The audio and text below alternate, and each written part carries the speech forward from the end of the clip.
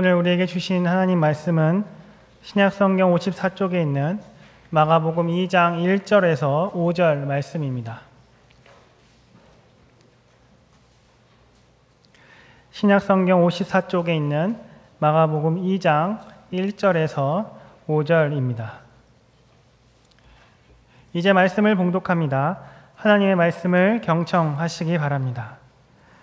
수일 후에 예수께서 다시 가버나움에 들어가시니 집에 계시다는 소문이 들린지라. 많은 사람이 모여서 문 앞까지도 들어설 자리가 없게 되었는데 예수께서 그들에게 도를 말씀하시더니 사람들이 한 중풍병자를 4사람에게 메워 가지고 예수께로 올세 무리들 때문에 예수께 데려갈 수 없으므로 그 계신 곳에 지붕을 뜯어 구멍을 내고 중풍병자가 누운 상을 달아내리니 예수께서 그들의 믿음을 보시고 중풍병자에게 이르시되 작은 자야 내 죄 사함을 받았느니라 하시니. 아멘. 사람은 누구나 후회가 없는 삶을 살기를 원합니다마는 그것이 우리 마음대로 되지 않는 것이 또 우리들의 인생이기도 합니다. 하루가 지나든 한 주간이 지나든 뒤돌아보면 늘 후회할 일들이 있습니다. 그때 조금만 더 참았더라면, 화를 낸 것을 후회하기도 하고, 그때 차라리 아무 말도 하지 않았더라면 좋았을 것을, 말한 것을 후회하기도 합니다.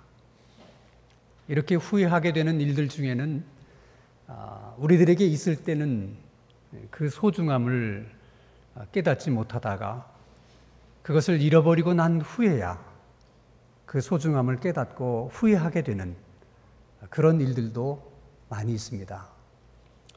그 중에 대표적인 것이 건강입니다. 사람은 건강할 때 그 건강의 소중함을 잘 알지를 못합니다. 그러다가 건강을 잃어버리고 나서야 건강이 얼마나 소중한가 하는 것을 깨닫게 되고 그래서 후회하게 되는 것입니다. 건강이라고 하는 것은 사람들이 타고 다니는 말과 같은 것입니다. 우리 하나님께서 멀고 험한 인생길을 살아가는 인간들에게 말이라는 건강을 선물로 주신 것입니다. 그것이 얼마나 소중한 것인가 하는 것을 우리가 깨닫고 평소부터 잘 관리하지 않으면 그 귀한 선물, 그 말을 내가 죽여버릴 수도 있는 것입니다. 말이 죽으면 그 멀고 험한 인생길을 우리가 어떻게 쉽게 걸어갈 수가 있겠습니까? 아무리 재능이 많고 능력이 뛰어난다 하더라도 그 능력과 재능을 쓸 수가 없는 것입니다. 그래서 우리가 살아가면서 우리들에게 중요한 일들이 많이 있지만은 그것이 공부를 하는 일이든 사업을 하는 일이든 아니면 돈을 버는 일이든 그 하나하나가 다 중요하고 소중하지만 그래도 건강을 해쳐가면서까지 해서는 안 되는 것입니다. 왜냐하면 건강의 말이 죽으면 그것은 공부로도 살려낼 수가 없고 그것은 사업으로도 살려낼 수가 없고 돈으로도 살려낼 수가 없는 것입니다. 우리 인생의 행복의 90%는 건강에 있는 것입니다. 하나님이 주신 건강을 그래서 우리는 소중하게 생각해야 되는 것입니다. 만약 여러분들이 건강하다고 여기신다면 그것은 하나님께서 여러분에게 가장 소중한 선물을 주신 것이고 그리고 가장 귀한 선물을 주신 것입니다. 그 귀한 선물, 그 소중한 선물을 잃어버리지 말고 소중히 여기고 잘 지킬 수 있는 여러분들이 되시기를 바랍니다. 잃어버리고 난 후에 후회하게 되는 것이 또 한 가지가 있습니다. 그것은 가정이요, 가족입니다. 가정이라고 하는 것, 가족이라고 하는 것을 우리는 평소에 그렇게 소중한 것인지 모르고 지날 때가 많습니다. 그러다가 가정이 깨지고 가족 중에 먼저 세상을 떠나는 이들이 생기게 되면 그때서야 가정이 얼마나 소중하고 가족들이 얼마나 소중한 것을 깨닫게 되어서 또 후회하게 되는 그런 경우들이 있습니다. 지금 세계에서 가장 영향력이 있는 금융인 가운데 제이미 다이먼이라는 사람이 있습니다. 그분이 시티그룹에 재직 당시에 그의 능력이 너무 탁월해서 시티그룹의 후계자까지 그의 이름이 오를 만큼 인정을 받았던 사람입니다. 그런데 어느 날 회사로부터 해고 통지서를 받습니다.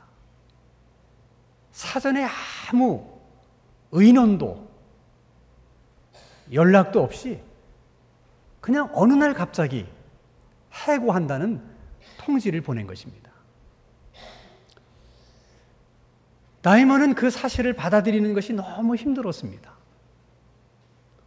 어떻게 회사를 위해서 이렇게 열심히 일한 나를 이렇게 대우할 수가 있는 것일까? 마치 회사가 자신을 토사구팽한 것처럼 느껴졌기 때문에 회사에 대한 원망과 분노가 있었습니다. 그 마음을 품고 하루하루를 살아가던 어느 날, 내가 정말 이렇게 살다가 내 인생을 끝낼 것인가? 아니면 다시 한번 시작할 것인가를 많이 고민하던 중에 내가 다시 한번 시작을 해야 되겠다. 결심을 하게 됩니다. 그래서 먼저 끓어오르는 분노를 잊어버리고 그 분노를 사라지게 만들려고 열심히 운동에 집중을 해서 운동을 했습니다. 사업의 새로운 통찰력들을 얻기 위해서 많은 양의 독서를 하면서 책들을 읽었습니다. 그리고 많은 시간 가족들과 할 수 있으면 함께하는 시간을 가졌습니다. 그런 시간들을 통해서 다이먼이 새삼스럽게 깨닫게 된 것이 한 가지가 있었습니다. 내가 이 가정 가운데 얼마나 소중한 사람이라는 것을, 내가 우리 가족 가운데 얼마나 많은 사랑을 받았던 아버지라는 것을, 남편이라는 것을 깨닫게 되었습니다. 그 소중한 깨달음 때문에 내가 이 가정을 지키기 위해서라도 나는 반드시 제기를 할 것이다. 그렇게 굳게 다짐을 한 것입니다. 그래서 결국 다이먼이 재기에 성공을 해서 JP 모간이라고 하는 큰 회사의 CEO가 됐습니다. 여러분, 그에게 다시 한번 재기할 수 있도록 동기를 부여한 것이 그의 가정이었어요. 다시 한번 재기할 수 있는 힘을 준 것도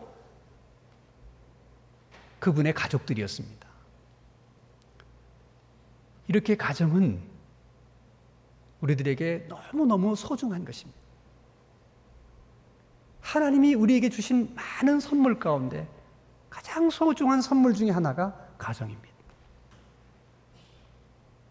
이것을 잘 지키기 위해서 사는 것이 다 분주하고 바쁘겠지만은 그러나 할 수 있는 한 많은 시간을 가족들하고 보내십시오. 그 가정을 지키고 가족을 지키는 일만큼 중요한 일들은 사실은 우리 가운데 많지 않습니다.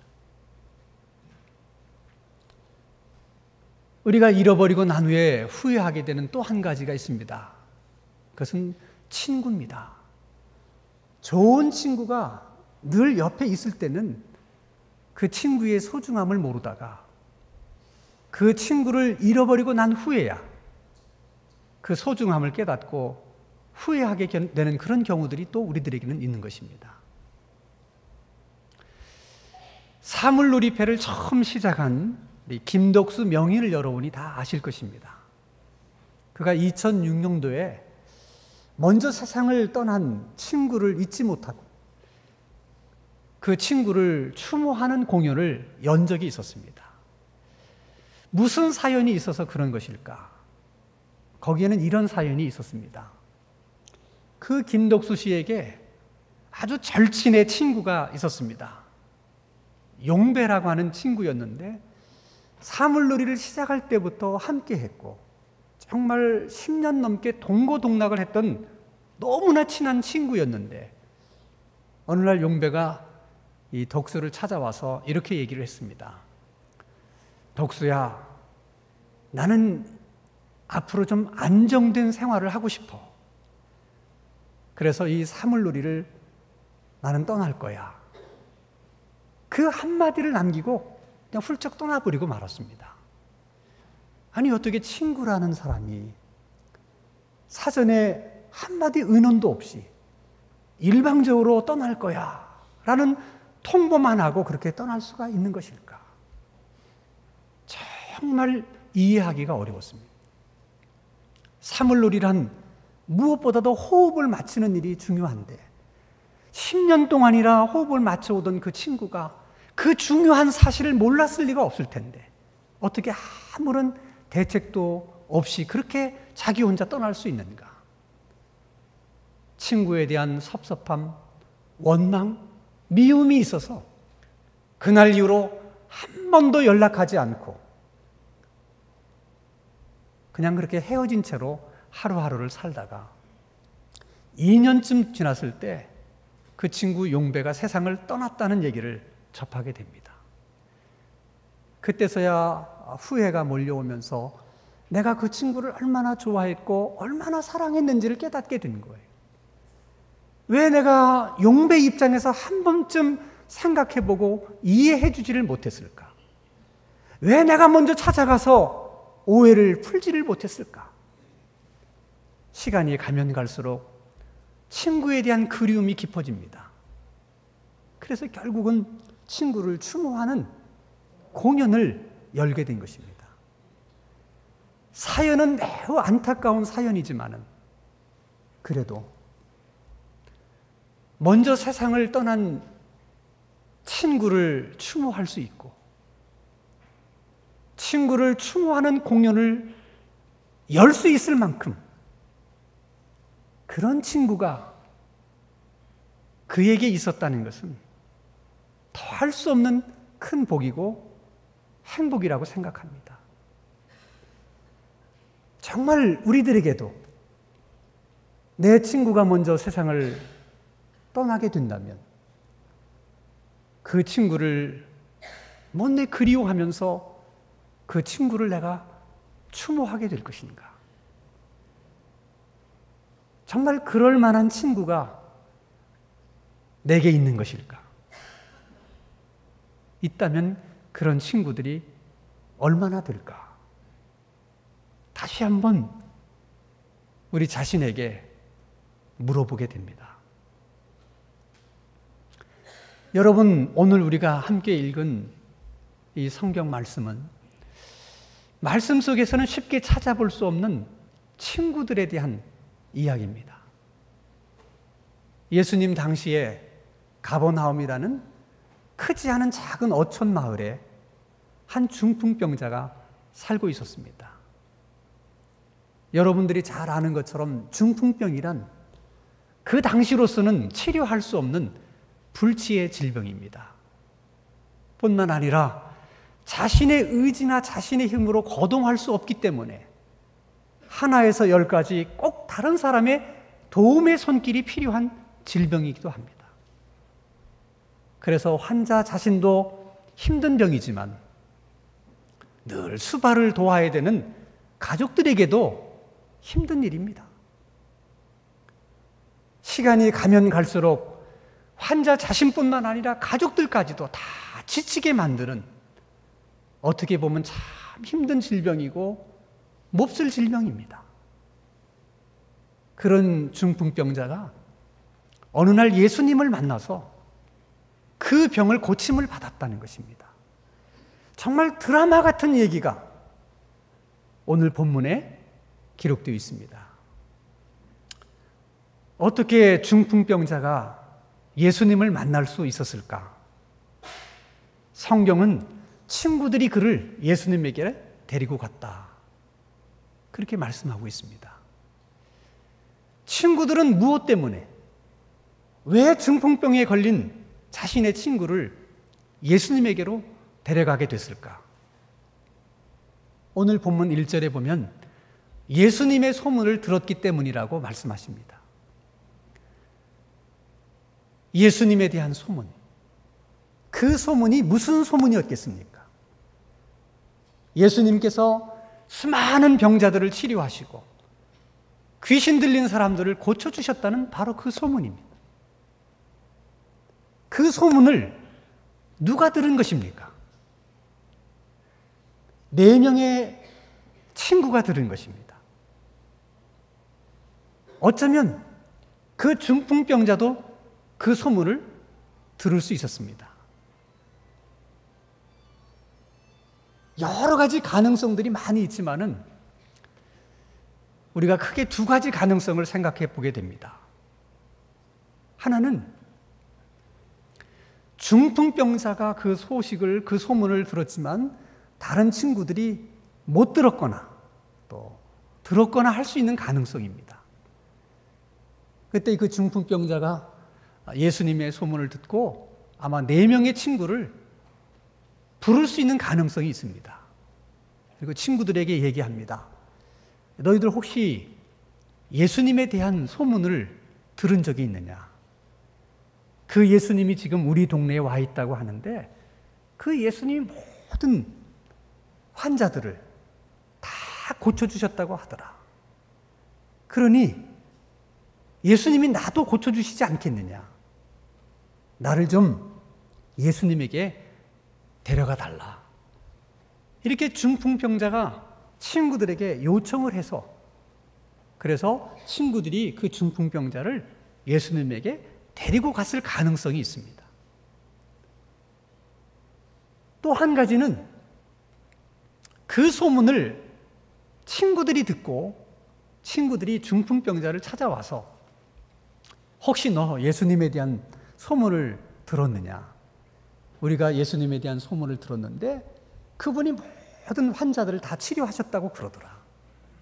그러니 네 병인들 예수님이 못 고치시겠느냐? 그러니까 예수님에게로 가자. 그래서 그 중풍병자를 설득하고 어떻게 보면 좀 강권해서 친구들이 중풍병자를 예수님에게 데리고 갔을 가능성도 있습니다. 정확한 것은 우리가 알 수 없지만은 정황을 다 생각해 보면 후자가 더 맞는 것 같아요. 왜냐하면은 나를 좀 예수님에게 데려가 달라. 사실 이런 부탁은 아무리 친한 친구들이라 할지라도 쉽게 부탁할 수 있는 게 아니에요. 그런 부탁은 주로 가족들에게 하는 부탁입니다. 또 친구들이 그 중풍병자의 요청에 의해서 예수님에게로 데리고 갔다고 한번 가정을 해보십시다.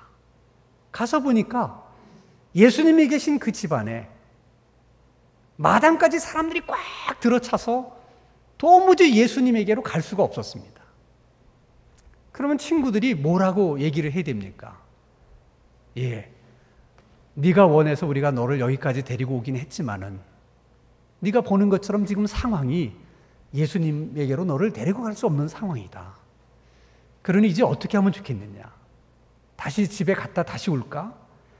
아니면 저 집회가 언제 끝날는지 모르겠지만 그저 2시간이든 3시간이든 집회가 끝날 때까지 여기 기다렸다가 예수님을 한번 만나보겠느냐?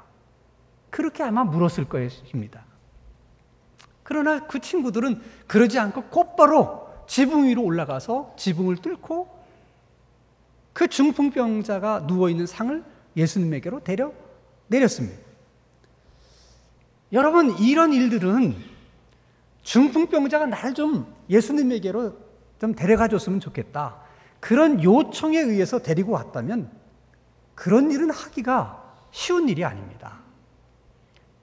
그러나 친구들이 중풍병자를 설득하고 강권해서 데리고 왔다면 얘기는 달라지는 것입니다. 여러분, 그 중풍병자를 들것에 누워서 예수님에게로 데리고 갑니다.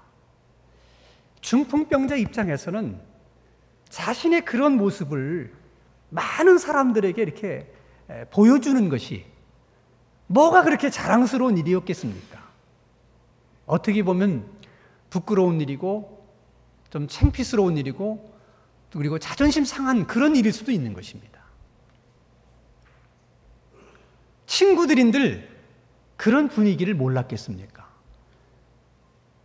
그럼에도 강권해서 친구를 지금 데리고 왔는데 지금 예수님에게로 데리고 갈 수 없는 상황이 벌어진 것입니다. 그때 만약 그 중풍병자 친구 보고 상황이 이러니 뭐 할 수 없다, 미안하게 됐지만 그냥 다시 집으로 가자, 그럴 수 있겠습니까? 어떻게 데리고 온 친구인데. 그래서 친구들이 마음의 다짐을 합니다. 우리는 어떤 일이 있어도 그냥은 못 돌아간다. 반드시 예수님 앞에 우리 친구를 데리고 갈 것이다. 여러분, 우리말에도 궁하면 통한다는 말이 있듯이 이렇게 마음이 간절하면 안 보이던 길도 보이는 거예요. 지붕이 보인 겁니다. 지붕 위로 올라갔어요. 이스라엘의 지배 구조는 예수님 당시는 굉장히 간단한 구조를 갖고 있었습니다. 그냥 이게 벽을 쌓고 그 벽 위에다가 기둥을 나란히 얹은 다음에 그 기둥 위에 종려나무 잎처럼 아주 크고 긴 그런 잎들을 가로 세로로 많이 쌓은 다음 그걸 진흙으로 덮는 거예요. 그럼 지붕이 되는 거예요. 그러니까 그런 지붕이었기 때문에 지붕을 허는 것은 그렇게 어려운 일이 아닙니다. 문제는 자기 집의 지붕을 허는 게 아니라는 거예요. 아니, 남의 집의 지붕을 헐다가 집주인에게 무슨 말을 들을 수 있겠습니까? 집주인이 만약에 왜 남의 집의 지붕을 허느냐, 이거 다 변상하고 보상하라, 그러면 꼼짝없이 다 변상을 해줘야 됩니다. 그 친구들이 그런 것을 몰랐겠습니까? 다 압니다. 그럼에도 불구하고 이 중풍병에 걸려서 고생하고 있는 내 친구를 예수님에게로 데려갈 수만 있다면 욕을 먹어도 우리가 먹을 것이고 변상을 해도 우리가 변상할 것이다. 그런 마음으로 그 친구를 지붕을 뚫고 내린 겁니다. 참 중풍병자 입장에서 생각해 보면 너무 좋은 친구들이에요. 그런 친구들의 마음을 예수님이 읽습니다.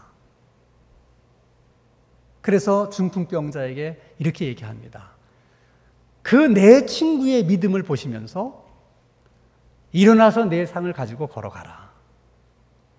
이걸 여러분 오늘 우리식으로 얘기하면 중풍병자에게 예수님이 이렇게 말씀하시는 거예요. 너보다는 네 친구들이 100배는 낫구나. 너는 친구 덕에 오늘 고침을 받는 것이다. 그리고 치료를 해준 것입니다. 그래서 이 중풍병자가 뭘 하면서 살았던 사람인지는 모르지만은 그 중풍병자가 지금까지 살아오면서 가장 잘한 일은 그렇게 좋은 4명의 친구를 사귈 수 있었다는 거예요. 이게 여러분 얼마나 소중한 일입니까? 우리들에게도 가끔 그런 친구들이 있습니다. 친구 덕에 좋은 사람 만나서 결혼을 하게 되는 경우도 있고, 또 친구 덕에 취직을 하게 되는 경우도 있고, 또 친구 덕에 사업을 망했다가 다시 일어서게 되는 경우도 있습니다. 그런 친구들이 얼마나 소중한 사람인가를 우리가 잊어서는 안 됩니다. 사소한 일로, 괜한 자존심으로 그런 좋은 친구들과 사이가 멀어져서는 안 됩니다. 어떤 일이 있어도 그런 친구들을 잃어버려서는 안 됩니다.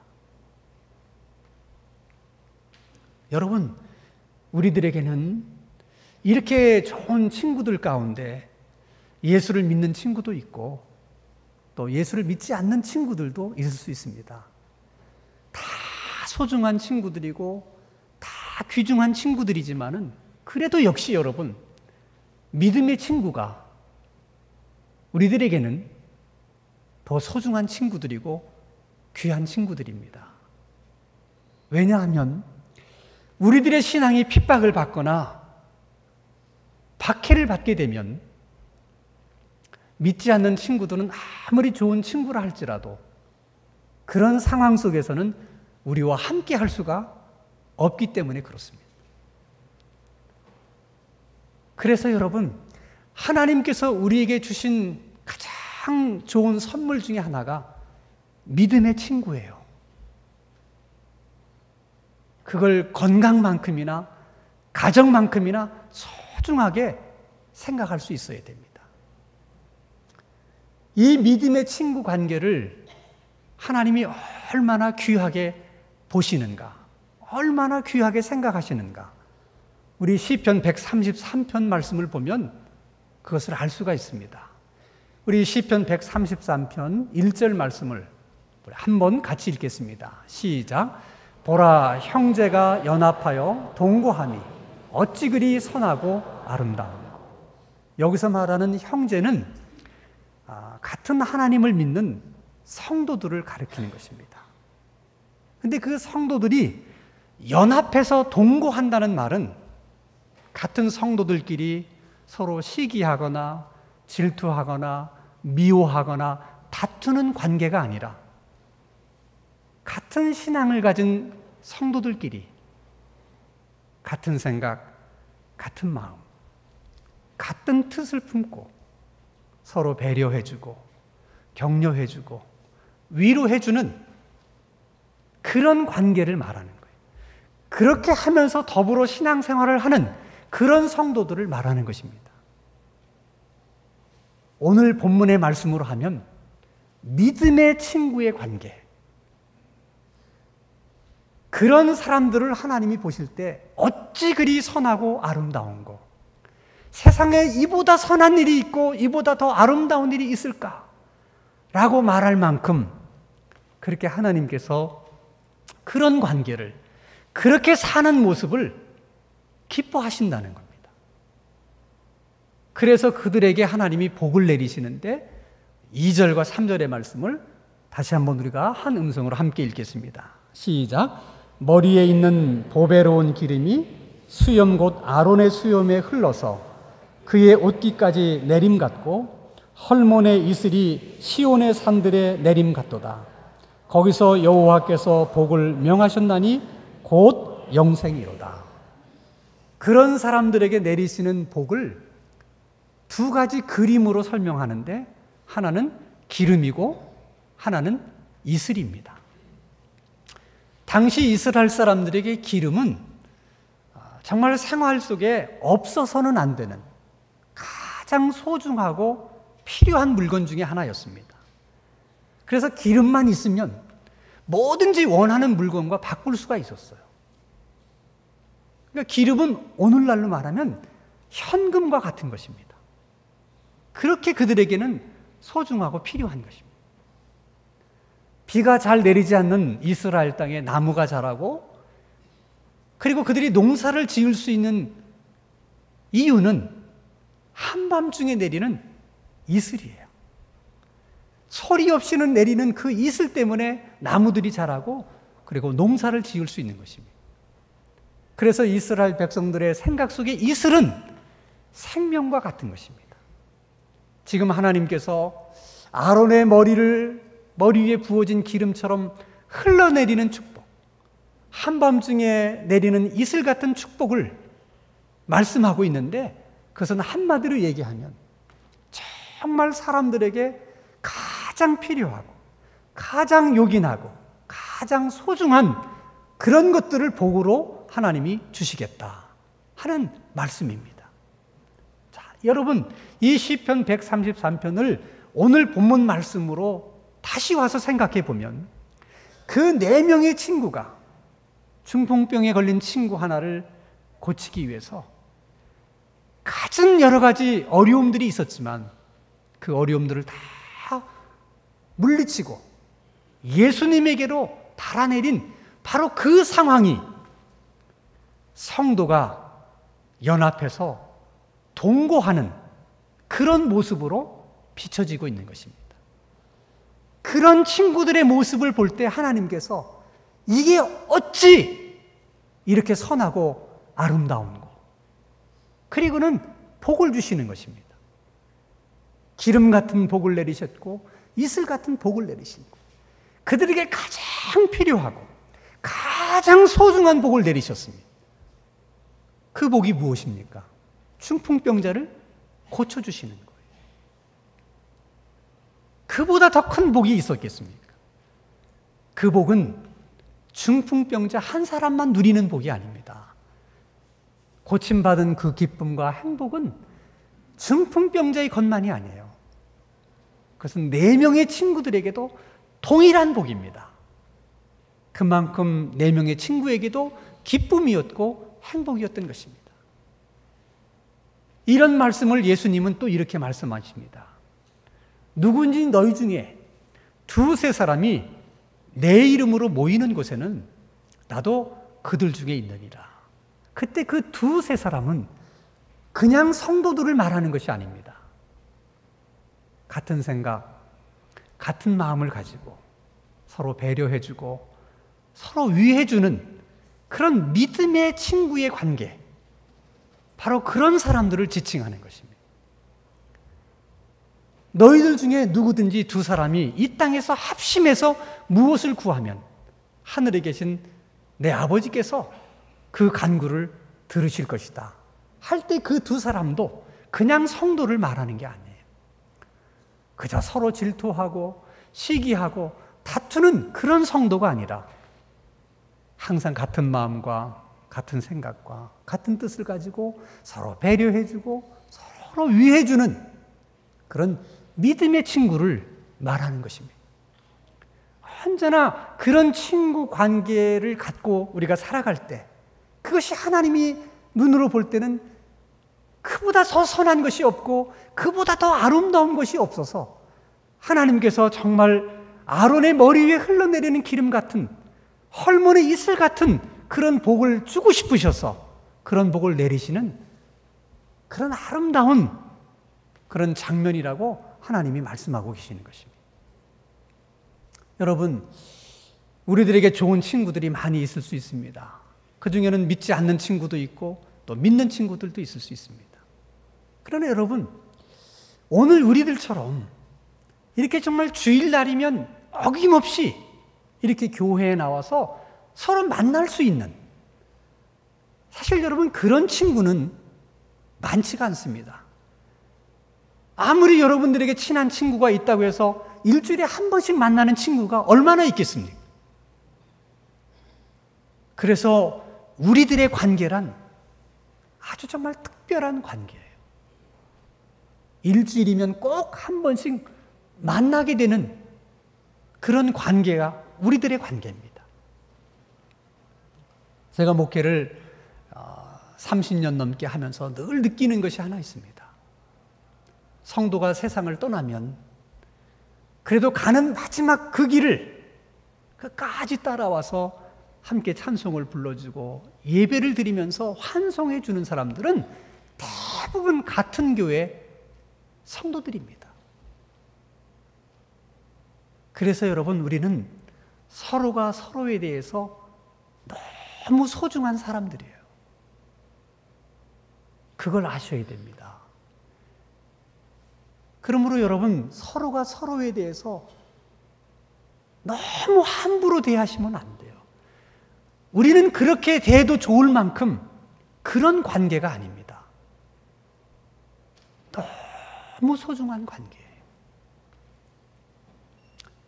오늘 본문 말씀을 우리가 들으면서 나에게도 4명의 친구 같은 그런 친구들이 있으면 얼마나 좋을까 하고 생각하시는 분들이 있을 것입니다.